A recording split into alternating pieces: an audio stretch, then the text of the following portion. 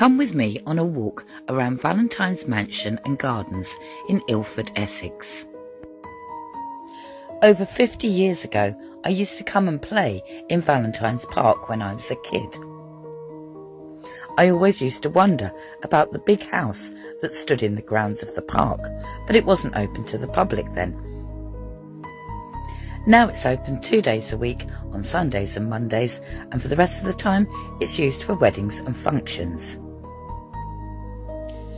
The top floors of the house are now home to a group of artists, some of whose work is displayed in the garden here.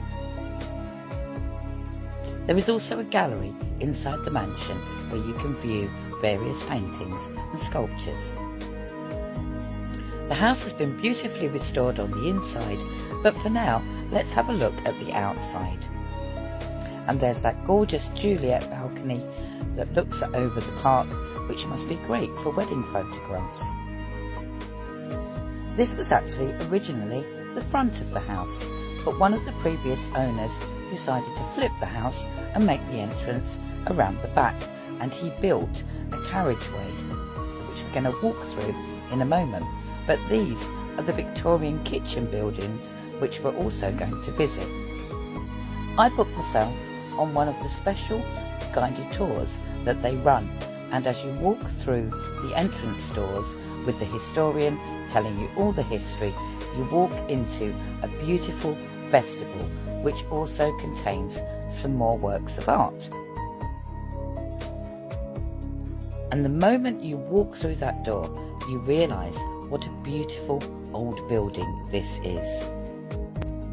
There's some beautiful antique furniture and fittings, and we also get to know a little bit about the owners of the house. This is Sarah Ingleby, who was the last owner of the house, but she actually lived here as a young girl with her uncle and her aunt.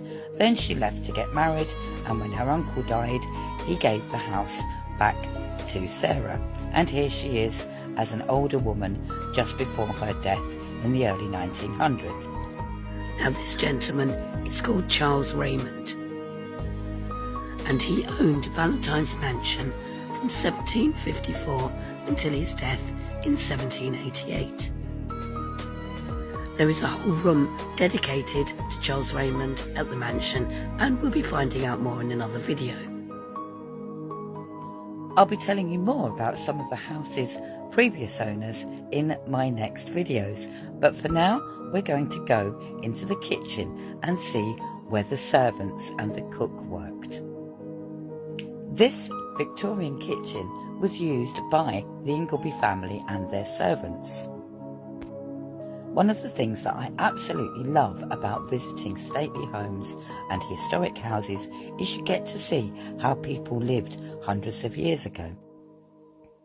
Now, much as I love that old range, I certainly wouldn't want to be the servant who had to light the fire in the morning, or the person who had to clean it after the cook had cooked on it.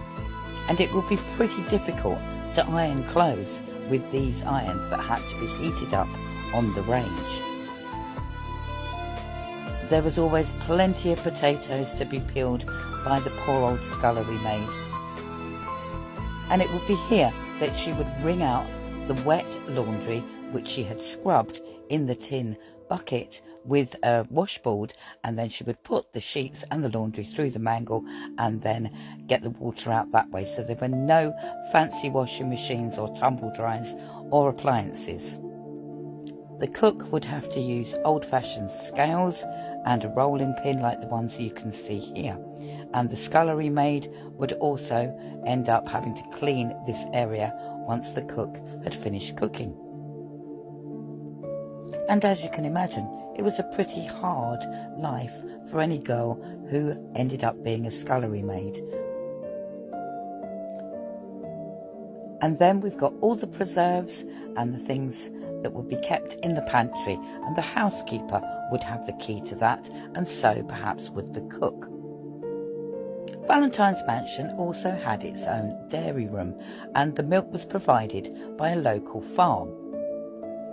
The dairy room was once the orangery, but its marble tops allowed food to remain chilled and stay cold after it was prepared. And in the dairy room, the dairy maid would turn fresh milk into butter, cheese and cream, and maybe using a pasteurizing device like this.